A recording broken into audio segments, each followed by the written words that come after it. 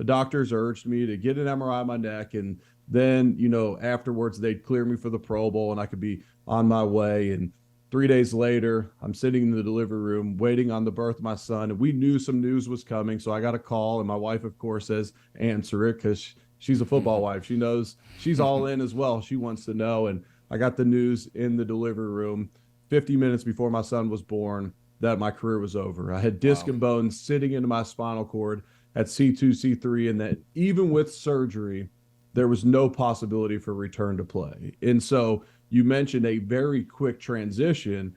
Look, I had to figure out, that's why my book's called Tackle What's Next. I had to figure out what was next for me because there was no preparation done. And I often tell guys that are still in the NFL, look, you create your possibilities after your career. You create that second career for yourself by the networking you do when you're playing, by the way you treat people, by the brand you build while you're playing, not necessarily going out and taking internships, because that time doesn't allow you to be the best at your position in the NFL. It doesn't allow you to extend your career. And, I'm talking to you and a bunch of financial advisors. Look, as much as we want to say we can out earn our playing career, making $5-10 million in the marketplace is very, very tough. It takes a tremendous amount of sacrifice. And for a 32-year-old, when my career ended, I'm 10 years behind in building something, building a career. And so I often tell guys, go all in on what you're doing when you're in the NFL, and that second career will be waiting for you, but make sure you handle yourself the right way. And so I immediately had to shift, and thank God I had a foundation in my faith, an incredible wife, 2 healthy kids, supportive friends, and people that could mentor me, push me into this next chapter. This is the Business of Advice podcast, where we help good advisors become great business owners. Today, I am excited to welcome Eric Wood to the Business of Advice podcast. Eric has a really cool background. We're going to talk a lot about it. He was a first-round draft pick for the Buffalo Bills, where he enjoyed a 9-year career, during which he was not only a Pro Bowler, but what I think is an even cooler accomplishment was the 2-time nominee for the Walter Payton Man of the Year award. He ended up having a spinal injury that ended his career in 2018, but has continued to make a huge impact off the field, which he touches on in his first book, which I was given here late last year by a friend of mine, called Tackle What's Next. So we're excited to have him with us today. Eric, welcome to the Business of Advice podcast. Cody, it's an honor to be on with you. Thank you for the kind introduction. Well, one of the things, and we'll jump into this a little later, but one of the reasons I was excited to have you on is we have so many advisors that are going through these transitions. Actually, I have a lot who have sold their business in the last few years or transitioned, and just want to talk to you as we jump into that, kind of this theme of tackle what's next and how do you make those transitions. But maybe to start everyone out, you have a long storied career in football, went to Elder High School in Cincinnati, ended up going to the University of Louisville. Maybe just tell us a little bit about those early experiences, and then we'll get into your pro career also. Yeah, so I grew up in Cincinnati, on the west side of Cincinnati, and a blue collar Catholic side of town that really revolved around sports. Played all the sports growing up. Never specialized in football. If you would have made me specialize in something, it probably would have been basketball early on. And so it's amazing nowadays what you can do to these young kids by limiting them to just one specific sport so early. Because for me, I don't like my chances of then making it to the NBA, especially being a first-round draft pick like I ended up being in football. But I didn't even start on my high school football team until I was a senior. I played on a really good program. And my senior year, I switched from tight end to offensive line, was able to get into the starting lineup. I got one scholarship offer to the University of Louisville, which ended up being a perfect situation where I could go down there. I started as a freshman, started every single game there. Louisville was at a really good time in the program where we were in the top 10 both of my first 2 years. Had a couple games against your Kansas State Wildcats. Yeah, I remember those during that time. But really had a special time in college. Got to play for Bobby Petrino early on, who taught me a lot about the game, and I talk about that in the book. And Bobby's had his fair share of downs.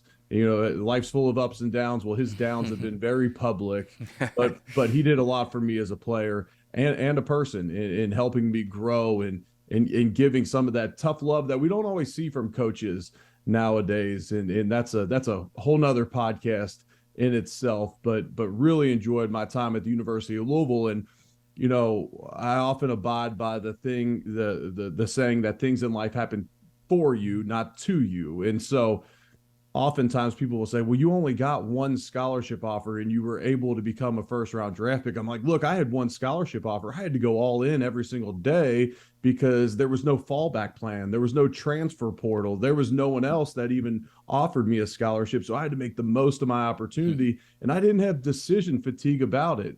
These kids nowadays that get these massive amount of offers, it's constantly weighing on them because I've worked with college kids in the past. Hey, did I make the right decision? Was this the program for me? I didn't have any of that. I got to truly enjoy my time at Louisville, and for me, that was a blessing.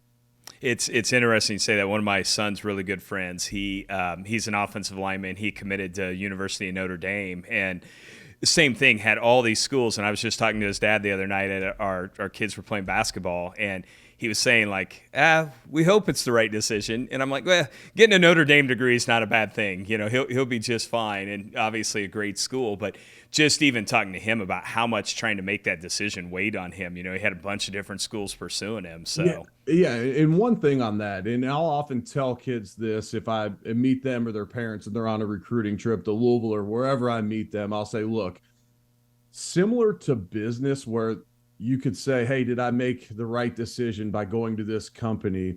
There's probably multiple great fits, and you just got to make a decision and then make the most of that opportunity. And I understand that most people listening here weren't college athletes, aren't looking at a pro career, but look, in business, applies to everything. Yes.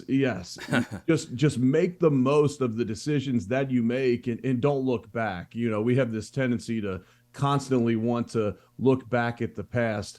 Look ahead, make the most of those opportunities that are right there in front of you. So, one of the interesting things that happened to him, we were talking about, part of why he wanted to go to Notre Dame is they have this Hall of Fame offensive line coach. And a few weeks ago, the coach announced he's retiring. So now, like the guy he was going to go, I bring that up because I think one of the interesting things, even in your book, you went to Louisville with Bobby Petrino, and he wasn't there really all that long, and there was this big transition.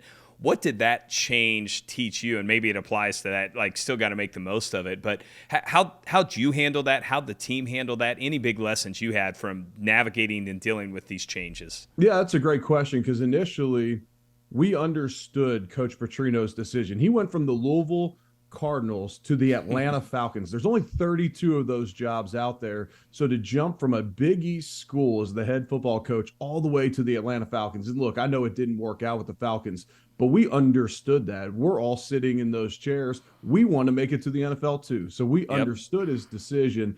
If it's a lateral move to another college, I could see where you'd feel betrayed, or you'd feel like, hey, he promised me he'd be here and now he's not. For us, it was a little bit different because he went to the NFL. We did not have nearly as much success under Coach Cragthorpe when he came in. There was different philosophies. There was different expectations. There was different schemes, techniques, plays that we had to learn.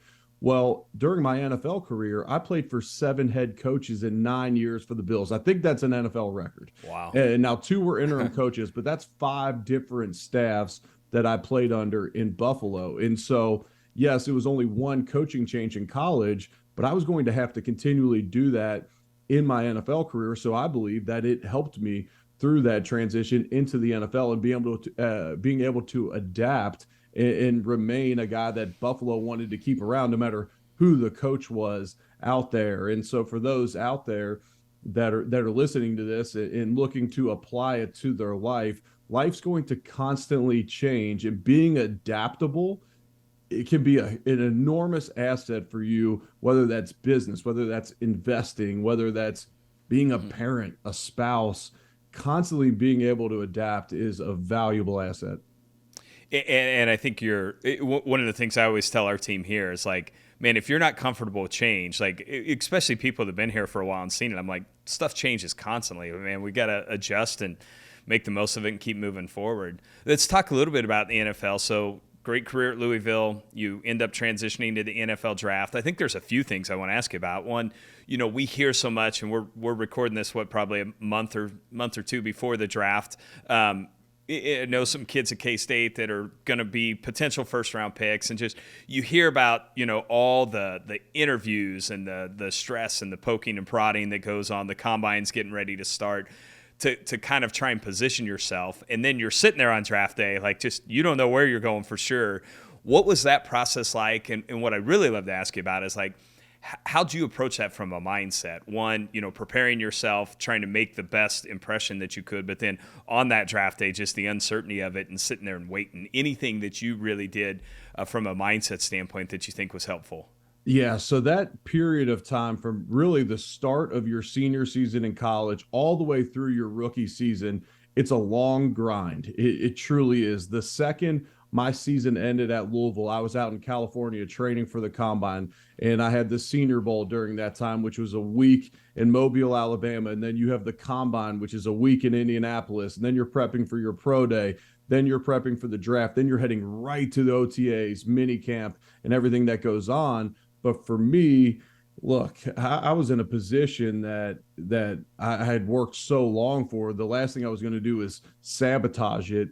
When I was coming out in the draft, they described me as the most prepared player in the draft. And at first, I took that almost as an insult. Like, I'm not the fastest, I'm not the strongest, I'm not the most athletic, I'm not the toughest, but I'm the most prepared. Well, I took it and ran with it and said, okay, well, I'm going to be the most prepared in all these situations. And yes, there's long days, and yes, there's times where the physical training's uncomfortable as well, but I'm going to do everything I can to make the most of this opportunity, because I only get one shot. You only get one shot at the Senior Bowl. You only get one shot at the combine. And it ended up, I did enough to become a first-round draft pick to the Buffalo Bills. And on draft day, I was projected number 32 to the Steelers by all of the major draft experts out there. So I assume somehow it got leaked. I got picked 28th by the Bills, and I got a call afterwards by a couple members of the Pittsburgh Steelers saying, hey, we were going to take you at 32, good luck in Buffalo. So there's a lot going on behind the scenes, but just truly a blessing. I mean, for me personally, when I saw early in my college career Nick Mangold get drafted to the Jets in the first round, I thought, man, I didn't even realize centers could get drafted to the NFL. I was a big fan of the NFL, but I just didn't see a lot of centers. I think it was since Jeff Fain, which was maybe 6 years prior, had a center been drafted in the first round. Well, when I saw Nick Mangold get drafted in the first round, I said, oh, that's the confidence I needed. That's kind of that urge, that push that I needed to then take my training, preparation, commitment to the next level. And draft day was special because it all paid off. And I wasn't in New York City back then. It was just a few guys that would go to the draft. But being in Buffalo the next day, holding up that number 1 jersey on stage with our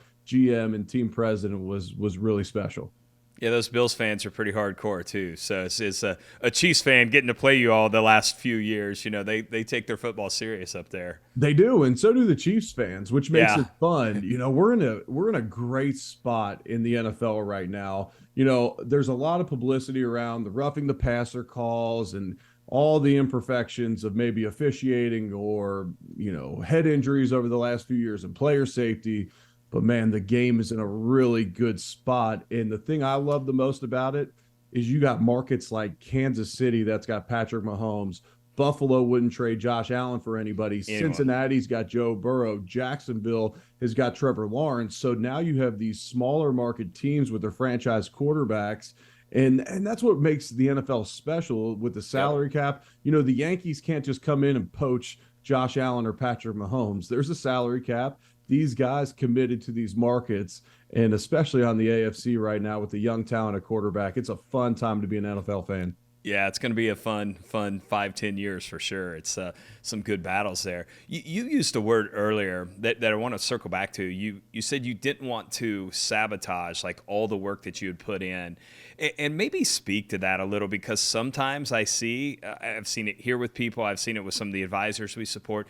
They put in this hard work, and then sometimes they make some decisions that end up sabotaging that.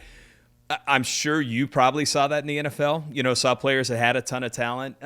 Just any wisdom you have around like how not to do that, or decision making process, or just things that you saw that maybe have been useful in having this long, successful career like you had.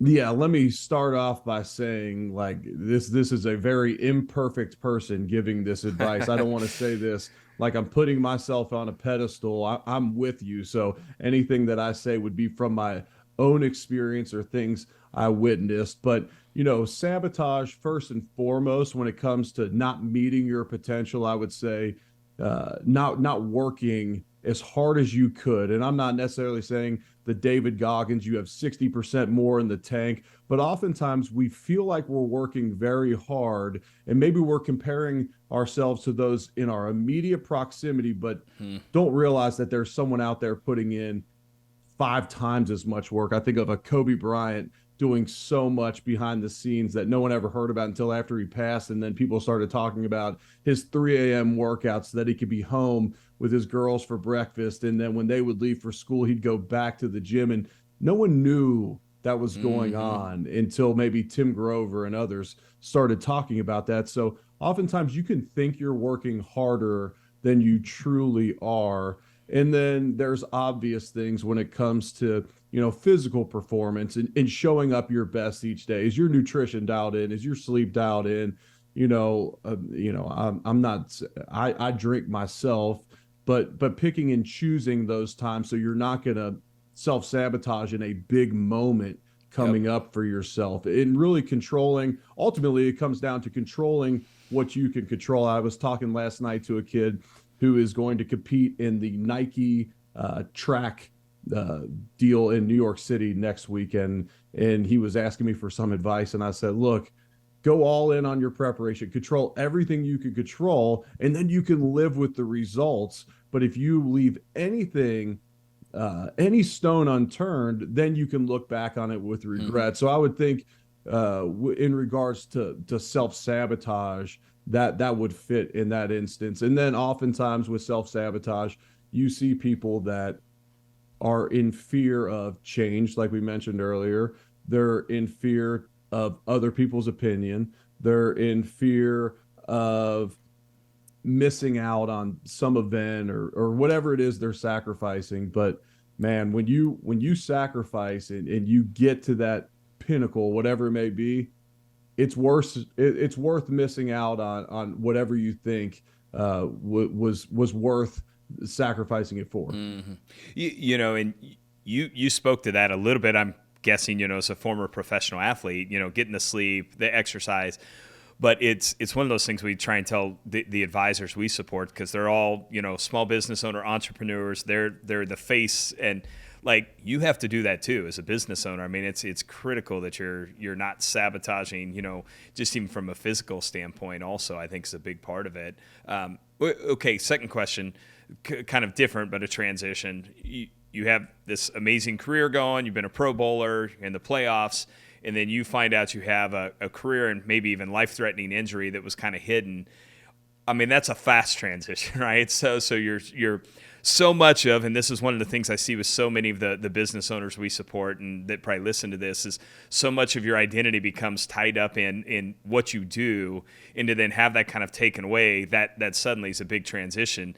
How'd you make that transition? Just any advice or wisdom you have from going through that? Yeah, I'll give the quick backstory, and it's detailed a lot further in the book. But heading into my 9th season in the NFL, everyone thought the Bills were tanking. We had just got a new GM, a new head coach. We traded away our previous top 3 draft picks from the 3 previous drafts. So everyone thinks the Bills are tanking. Well, I'm the crazy one that signs a contract extension before the season, because for me, we were playing in the longest playoff drought in all of professional sports. I'm playing 9 years of it as a first rounder. I couldn't leave and live with myself knowing I didn't help them get over the hump. So I signed a contract extension before my 9th season. I play every single snap that season, which I was the only one on the Bills, one of only a few players in the NFL to play every single snap that year. We break the playoff drought in dramatic fashion in the last game, make it to the playoffs, and I have to go home after our playoff loss in Jacksonville to see the birth of my son, which was coming at any moment. It ended up being 3 days later. Well, I had got some stingers that year, which for anyone who even played high school football, you probably Get had 'em. stingers or know someone that had them. It's a nerve sensation that runs down one of your extremities. For me, it was my right arm. It stems from the nerves in your neck. And I wasn't that concerned with them during the season, but the doctors urged me to get an MRI of my neck. And then, afterwards they'd clear me for the Pro Bowl and I could be on my way. And 3 days later, I'm sitting in the delivery room waiting on the birth of my son. And we knew some news was coming. So I got a call, and my wife, of course, says, answer it, because she's a football wife. She knows, she's all in as well. She wants to know. And I got the news in the delivery room 50 minutes before my son was born that my career was over. I had disc and bone sitting into my spinal cord at C2, C3, and that even with surgery, there was no possibility for return to play. And so you mentioned a very quick transition. Look, I had to figure out, that's why my book's called Tackle What's Next. I had to figure out what was next for me because there was no preparation done. And I often tell guys that are still in the NFL, look, you create your possibilities after your career. You create that second career for yourself by the networking you do when you're playing, by the way you treat people, by the brand you build while you're playing, not necessarily going out and taking internships, because that time doesn't allow you to be the best at your position in the NFL. It doesn't allow you to extend your career. And, I'm talking to you and a bunch of financial advisors. Look, as much as we want to say we can out earn our playing career, making $5-10 million in the marketplace is very, very tough. It takes a tremendous amount of sacrifice. And for a 32-year-old, when my career ended, I'm 10 years behind in building something, building a career. And so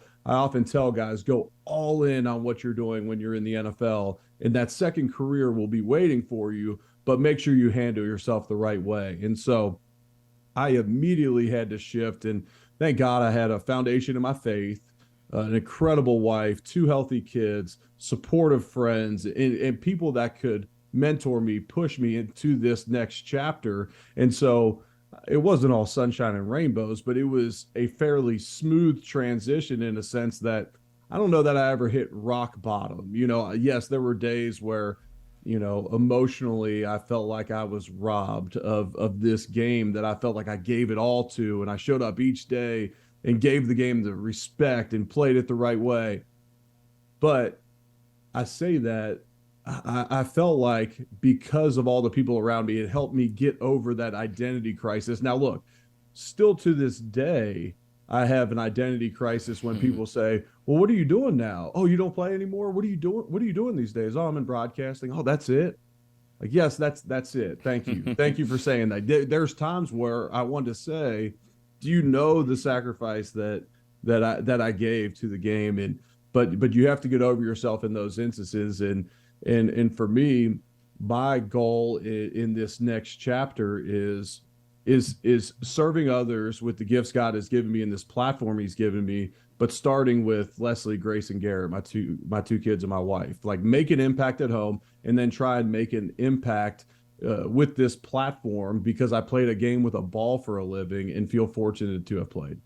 Well, it is, and just to maybe affirm you, it's fun watching you grow this platform, and you're probably starting to see it. We have so many mutual friends. I think maybe David Nurse connected us. I know Ben Newman's a buddy of yours, and Ben and I Jordan are friends. Montgomery and Jordan. So all these guys, but watching how your platform's growing, and the fact that your NFL career may be over, but I think you're going to end up impacting so many more people than you would be if you were still probably playing in the NFL. Though it would be fun to snap the ball to Josh Allen, I'm sure, but but you're going to have this huge impact, which is cool to see. And that's so I was extended to be the veteran center for whoever they ended up drafting. It ended up being Josh Allen, and we work both my foundation and Josh we work with the same children's hospital in Buffalo, so we've been able to become friends. But yes, I mean, I would have loved to play with Josh Allen. And I often say in speaking events, look, no offense to you, but I don't feel like I should be here right now. Like, I feel like I should still be playing for the Bills, because I wouldn't have quit. Like, at what point was I going to quit? The Bills are so good now. They have such a great group of dudes. Like, there's no way I could hang it up right Yeah. now. And so I feel like God got me out of there before I just played till the wheels completely fell off, and I could still play golf and pickleball and mess around with my kids. And so it all worked out the way it should. But, and I'm sure we'll get to this, but when you talk about that identity and kind of what you're going to do next, okay, you got this big hit. Let's say you retired and you set yourself up financially, or you sold your business, and now what am I going to do with my time? I was given this advice, so this is not my original advice, but figure out ways that you can simply serve others by serving others in your life. And that can look like so many different things, but by making it not about you, it can really help in that transition. Because if you've driven your whole life to be the best at what you do and you've been successful, it's going to be really hard to turn that off and not constantly say to yourself, man, I don't know that I'm grinding like I used to. I don't know if I'm as successful as I used to be. It's going to be a different mode. But when you make your focus about others, it's going to make that transition a lot easier. One of the chapters in your book, and I think that's great advice, but it's called Choose a Greater Perspective. And that's, even when I hear you talk about that, right, it's how do you take this perspective? So in that, you outline, some of the setbacks you have, but then also maybe the new or positive perspective that came from those. So maybe you share a couple of those. But then the other question I was going to ask is, when people have setbacks, and as you had some of those, how do you balance dealing with maybe the emotional, but then moving on to finding that positive perspective there? Is it immediate? Do you mourn or feel sorry for yourself for a while? So maybe you can share a few of the big ones that you've had, but then just also how you've moved from that kind of setback to a positive perspective. Yeah, I think in general, finding that perspective takes time. And I don't think I'm not a therapist, but I'm assuming someone who works with people that have had serious trauma in their life, they would say, yes, there's a time to cry. There's a time to be upset. Okay, now let's try and look for some silver lining. Let's look for how this has made you who you are today. And these things happen for you, not to you. They happen for your good. So, my rookie year in the NFL, I played every single game at the University of Louisville, started every single game, never got hurt once. My rookie year in Buffalo, I start the first 11 games of the season. I think, look, this is easy. I'm going to do the same thing I did in college. I'm going to start every single game and never get hurt. And I do the Joe Theismann leg break in Jacksonville. So my career ended in Jacksonville for our final playoff loss. I don't have great memories there. Well, I do the Joe Theismann leg break, a compound fracture of my tib fib on my left leg, goes straight from the field into an ambulance, right to the hospital, emergency surgery, because they want to protect the arteries and nerves running down your leg. And so as I sat there in the coming days and couldn't be released, and I was missing Thanksgiving with family and friends, and I'm sitting in a hospital room in Jacksonville still, there was definitely times where I was not in a great mood, and I was definitely in my feelings. But when I look back years later, my now wife, my girlfriend at the time, dropped out of school to come take care of me, because it was either she comes and takes care of me or one of my parents quits their job. I mean, I need someone up there to help me out in Buffalo. Well, my wife drops out of school. She comes up there, and I got to see a different side of her, a nurturing side of her, a caring side of her, a sacrificial side of her, to know, and I still see it to this day, that no matter what is going on in her life, she'll sacrifice for her family.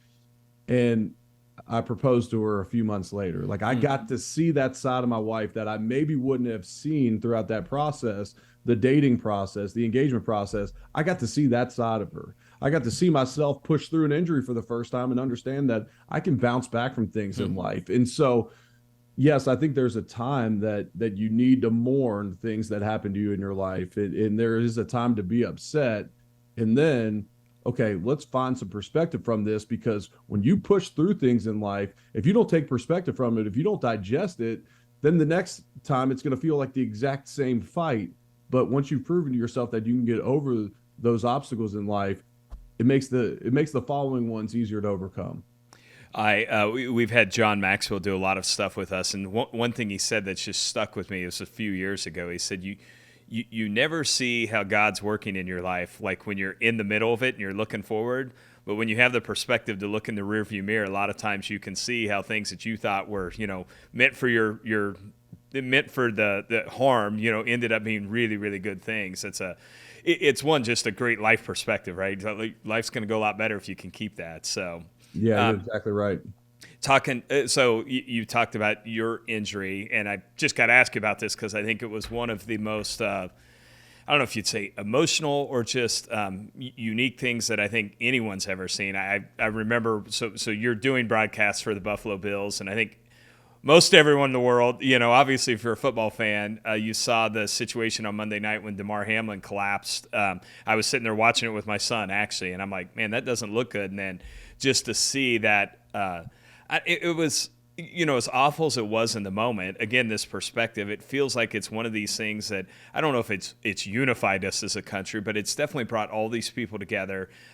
You saw, faith kind of take a front stage in so many different ways, but you were there during the game. So I'd love to hear your emotions or just a reaction to that situation as you were able to be there in the stadium.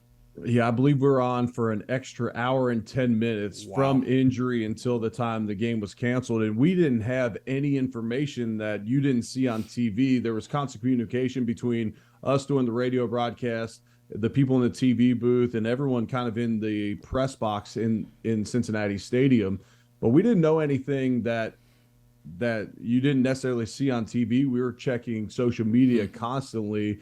And, in this day and age, you got to be really careful about anything that you say on a microphone because instantly you can be canceled. So we're trying to be very sensitive of the situation. We're trying to, not play the what if game. But my perspective as a former player is often, hey, Eric, what are you doing in this situation? You have a teammate injured. How would you handle this? And my response went from, hey, I'm probably going to go down on a knee and pray, do anything I can to assist the situation, but you got to let the medical staff do their job. And then I'm going to get warmed up and I'm going to compartmentalize this like I do anything else going on in my life during the season. Look, these guys all have things going on in their life outside of ball, but when it comes to stepping in between the lines, you got to put it behind you, do your job, and focus in and lock in because you're playing against the best in the world. Well, my perspective went from that to this young man looks like he's going to pass away or have severe brain damage when we saw CPR going on for over 8 minutes on the field.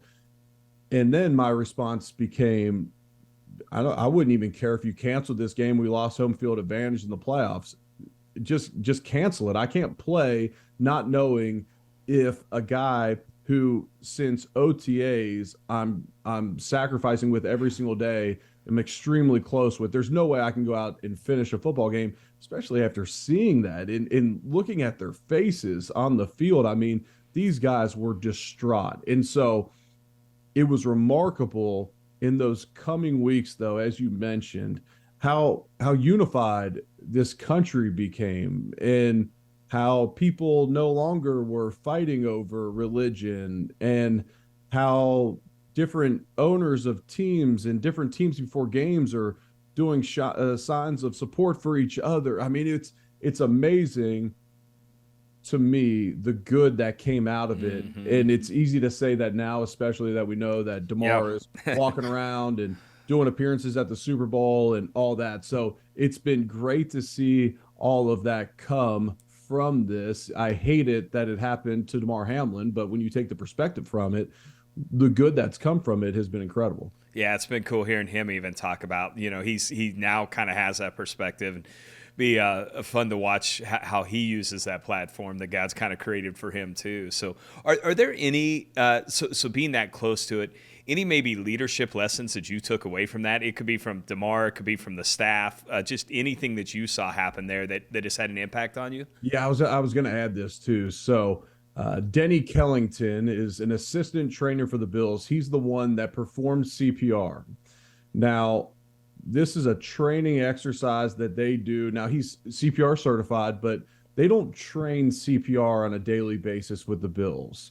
But now, Denny Kellington, he's been plastered all over the internet, all over national media for being there to essentially save DeMar's life in that moment. Well, you never know when years of preparation, years of work will put you into that spotlight. Denny Kellington was perfectly content with being an assistant trainer with the Bills. He's got a great family. His birthday was 2 days ago. We were texting. He's a great dude. And that's a guy who I haven't worked with in over 5 years. He's a great person, but he was perfectly content being behind the scenes. But now he's got this incredible spotlight on him because he was prepared. So you never know when your opportunity is going to come.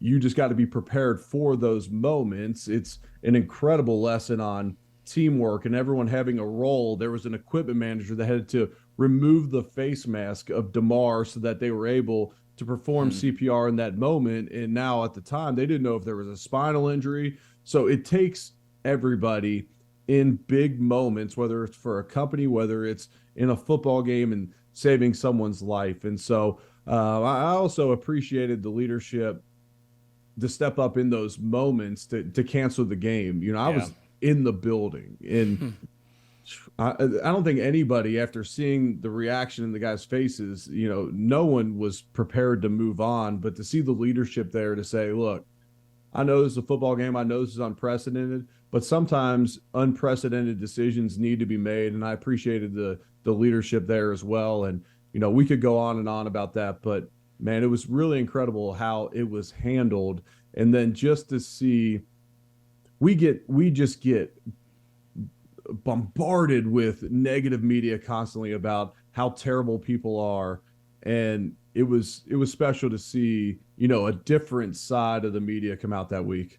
Yeah, it really was. It was one of those who went from awful to so many cool things that have happened because of it. So a couple other things I want to ask you about. You do write some about culture, and one of the things that you talk about is when you were in a leadership role, that you were blind to maybe some of your actions that were impacting or negatively affecting the culture of the team. So I think some of the things you talked about is certain way you guys would treat rookies, if you were upset, throwing your helmet. But you talk about some coaches helped you see how you can be a better leader through example. And I think oftentimes it's the most violated leadership principle is lead by example. So maybe just talk through how those changes in your actions change the culture of the locker room.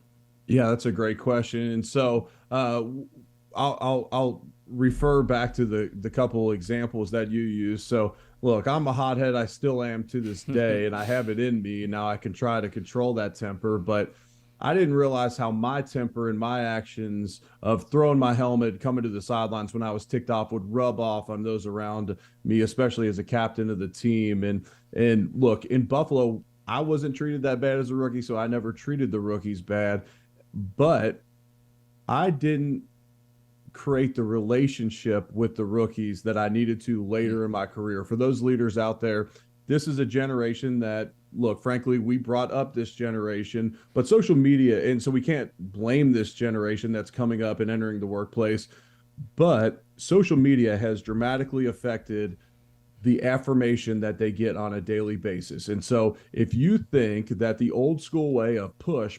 grind without a relationship, without affirming this generation, you're going to be lost. And I lost in this instant early in my career, early in my leadership career with the Bills. These guys were shutting down on me. And I realized that, shoot, since they were 15 years old, everyone was telling them how good they were. They were telling them how great they were since they were recruited to these major universities. And now they have who they look at as a peer and someone they looked up to is now not creating a relationship with them and just simply pushing them to be better. And I was doing it out of a place of love. I wanted them to be great. I wanted our team to be great.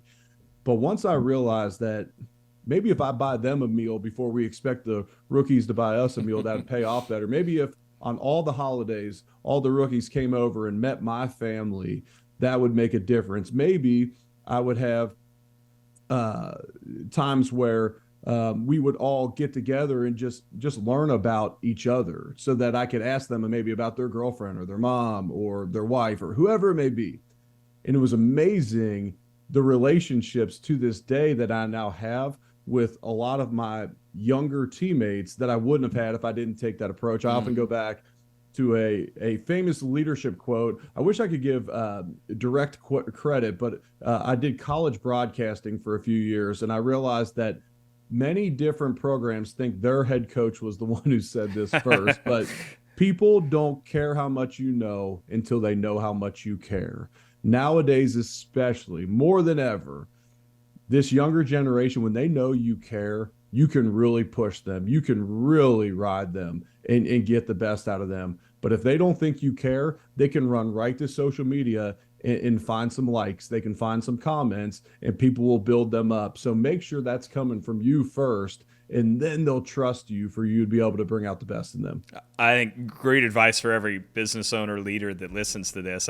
Darren Hardy's a good friend of mine. He did a training for us a few months ago, and one of the things he was telling the advisors is he's like, hey, listen, I'm not saying you have to like how this generation is, but it is how they are, right? And if you don't learn how to lead and manage them, like you're gonna be struggling, because it is. And then he said, and it's your fault. They're your kids, right? You raised them and made them this way. So I think that's a great reminder of just making sure that you are being thoughtful in your organization. I think 30-40% of ours are Gen Z here, even at AE, so we have people that just, these generations are all wired a little bit differently. So good advice for every leader. Final question, then I want to jump in and ask you some lightning round questions. And this is more just because I appreciate how you've used your platform to make an impact. I think Bills fans are, I don't know, maybe best known for jumping through folding tables, but also I think one of the cool things, and you saw this even with Damar Hamlin, is supporting their players and some of the things. And you set up the Eric Wood Foundation, which you later renamed the Evan Wood Foundation. So I'd love for you to just talk maybe about the story behind that. I know your brother had a huge impact on you, and the foundation's kind of named after him. So just talk about what you're doing there so people hear about that too. Yeah, I appreciate you bringing that up, Cody. So in 2014, I realized that I had a fairly big platform in Buffalo simply because I play a game with a ball for a living. And I was told early on in my career, like, don't take yourself too serious an athlete. Yes, there's a certain amount of privacy that you need to keep, and that's expected, but sign autographs. Like, we don't cure cancer. We don't protect the country. Like use your platform that you've been given because you're an athlete. And so I started the Eric Wood Foundation, which was going to help families that had children at the hospital. My little brother, Evan, he passed when he was 11 years old from complications. He was born with severe cerebral palsy, so complications from that. And so he passed when he was 11 years old. And I understand the physical, the emotional, the financial stress that comes with having a sick child. The divorce rate for families, for couples that have sick children, is over 90%. Wow. And I would assume that was 15 years ago when I first heard that. I'm assuming it's in the mid 90s, maybe even upper now with the way divorce rates are going. And so if we can alleviate some stress off these families by providing unique experiences, taking them to Bills games, if we can provide date nights for these families, and really if we can provide financial assistance for these families, whether it's providing Christmas for them, babysitters, parking, food, grocery, whatever it may be, if we can provide that assistance, that's what we need to do. A couple years ago now, and I wish I would have thought of it earlier, was my brother was the inspiration for this, so why not name it after him? It probably helped that I named it after myself early to get some publicity around it. But now it's so cool that, yes, I still have a platform in Buffalo. I still call the games. I'm around, and so I still have a platform in Buffalo. But now my little brother is known in Buffalo, and it's amazing how generous Western New York and really Bills fans out there, but the community of Western New York, year after year, even since I've been done playing football, has been more and more generous with the Evan Wood Fund, which has allowed us to have a really awesome impact in Western New York on families. That's really cool. I appreciate all the things you're doing. I know we were talking even before we started. You were at a gala last night of a mutual friend of ours in Go Ministries and some of the work that they're doing. So I appreciate you using your platform. Real quickly on this, and this will be interesting just because I'm sure there's a lot of people here listening in that, whether it's currently having success, look into turning foundations into funds. And if you work with high profile clients or athletes, it's amazing when you partner up with a hospital, for instance, like I did, the amount that you can now donate because the hospital will have its own foundation that's paying overhead. So that was a Yep. really cool transition we did. And people often ask why we converted it to a fund under the hospital. And it's so that last year we could donate 97% of the money coming in straight to the families as opposed to a foundation, which people need to be paid. I understand it, Yeah. but acceptable 60 to 70%. So, really, for me, that was great advice that I had been given. That wasn't my own doing there. Yeah, that's great. So yeah, cut out some of that overhead and expense and put it all back into impact. All right, Yep. let me ask you some quick lightning round questions that we ask at the end of all of this. And they can be kind of quick answers, however you want to answer them. So first one I like to ask is, I think COVID made the start of COVID made all leaders like reevaluate, rethink things. But is there one lesson that you learned over the past few years that you feel like you're going to carry forward for the rest of your life? Protect my time at home better. In broadcasting, I went from being on the road 4 or so days a week doing college football and then NFL on Sunday. So really, even doing both games, being gone 2 to 3, and now just doing the Bills sometimes 1 to 2 days. And so it's amazing how we got so much better virtually, and at times, yes, we can get those Zoom eyes at the end of the day from looking at a screen all day, but protecting time at home, it was something that I got a lot better at during COVID. That's great. Second question. What is the one thing that you've done that has allowed you to graduate from being a good leader to a great leader? I've often heard it said that there's no such thing as servant leadership because all leaders should be servant. But when I take the mindset that I'm simply here to serve, whether it's in a speaking engagement, whether it's a broadcast, and I want to brighten someone's day, or it's simply going to a gala last night to help a great ministry raise some money. When I take that mindset of constantly looking to serve, it's amazing how much better my leadership gets as opposed to saying, hey, I'm going to go into this room and I'm going to blow off the doors and impact everybody. To me, when I take a servant mindset, it has helped my leadership. Love that. Okay, third question. Is there something that you're doing this year to drive your own personal growth that you're excited about? Well, I almost feel the opposite right now, but not in a bad sense. I feel like over the past 5 years since I exited the NFL, I have a lot of balls in the air, and I tried a lot of things. For those out there in transition, try things. Yeah. Especially if you had a long career, go see what else you want to do. And so now I feel like I'm getting a little bit more narrow with my focus.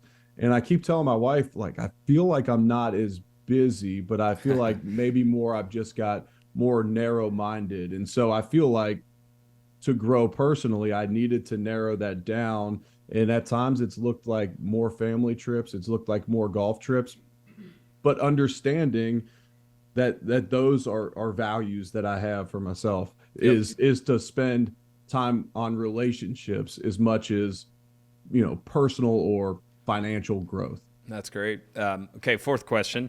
Can't be your book. Okay, so it can't be yours, but is there one book that you've recommended most to other leaders or entrepreneurs? Probably the one I've recommended the most would be The Carpenter by John Gordon, one of my favorites, and I love all of John's work. Recently, I read a book called The Slight Edge that I feel like I'm quoting a lot in speaking engagements nowadays. Those are good ones. We've had John speak a couple times, one to our advisors, and then actually came and spoke to our team here at AE, and so love him. He always does a great job. Okay, final question. What is the best piece of advice you've ever received? That's a great question. The best piece of advice I've ever been given, I will say, um, well, when it comes to marriage, and I'm trying to think a little bit outside the box here. Sure. When it comes to marriage, and this is in the book as well, but I was advised to get a weekly grade from my wife that I could not contest. And so once a week, shoot her a text message and say, hey, on a scale of 1 to 10, how am I doing as a husband and father? And do you have any feedback for me? This isn't a justification session. It's not, hey, you've been on multiple golf trips lately. I need you at home more. Hey, babe, do you understand that this was once in a lifetime? No, simply a chance to open lines of communication within our relationship. And it's amazing some of the little things that have come from that. Hey, when we're leaving the house, when you walk out of your office and then get mad at us because we're not ready, like if you could help for 5 minutes, that would really help out. That was a blind spot I had. And so asking for feedback from my wife in particular, and if I'm saying that's my most important relationship out there, that was great advice for me. I love it. Great advice for everyone that listens to this. Eric, I appreciate the time. I know I have referenced your book, Tackle What's Next, that people should pick up, but your podcast is incredible. You've had so many great guests on there. So maybe just tell everyone what's the best way for them to follow kind of your journey, your platform that you're building, and just stay in touch with you.